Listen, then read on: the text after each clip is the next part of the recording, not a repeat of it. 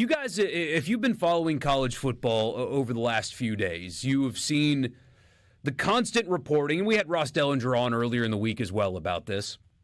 The SEC and the Big 10 and having control of the playoff and going from 12 to 14 to 16 and all the stuff that's coming with that. And the auto bids, and they've been meeting this week in New Orleans, and Ross has done really good reporting there. But what I can't stop thinking about when it comes to this story is how poorly the SEC has blown the public relations side of this. They've blown it completely. Take political analysis, for example. You hear it, I'm sure, in the mornings and on middays as well. The 80-20 political issue. And not to get too down into it, but there is a certain major political party that lost an election in part because they were siding more with the 20 than the 80 on certain issues.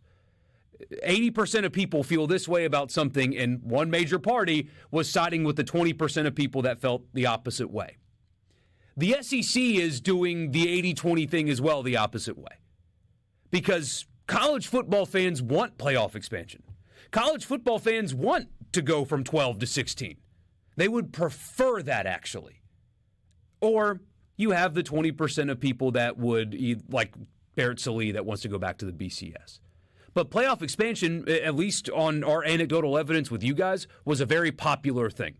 You enjoyed the expanded playoff this year. You liked watching Arizona State take Texas down to the wire. That game would not have been a playoff game last year. It would have been nothing.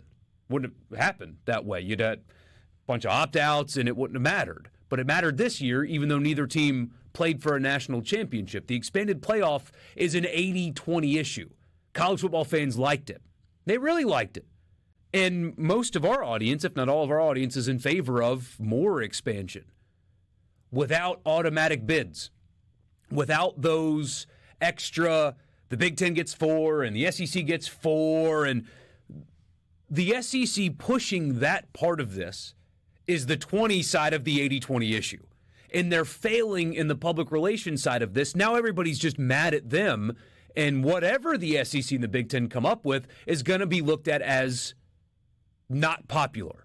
You've already got the columns out there about how it's ruining the game and they're isolating fans and all this stuff. All the SEC and the Big Ten had to do was just bring it out to 16 and then leave it alone. Because historical data, that's a very good phrase for a sports talk radio show. The historical data says, but it does, that the SEC would get 4 in every year anyway. They would get it anyway.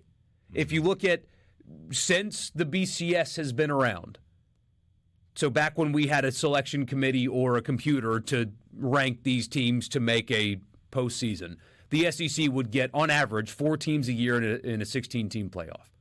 The Big Ten would get, on average, just under 4 teams a year in a 16-team playoff. Guess what? The Big 12 would get, on average, about 2 teams a year. The ACC, on average, would get about 2 teams a year. The Group of 5, on average, would get about 1 team a year. It would have worked out the exact same way you wanted it to without any of this pushback on you're isolating fans, you're ruining the sport, you're greedy, all the things that people are saying about these two leagues right now. All of the pushback that they're getting, all of the negative public relations would have happened anyway. They would have gotten the same amount of teams in anyway. All they had to do was the popular thing. Hey, you know what? We love the expanded playoffs so much, we need to change it a little bit. We don't need to be giving automatic bids at all. In fact, guys, it should be exclusively on merit. We'll expand it out to 16 starting in 2026.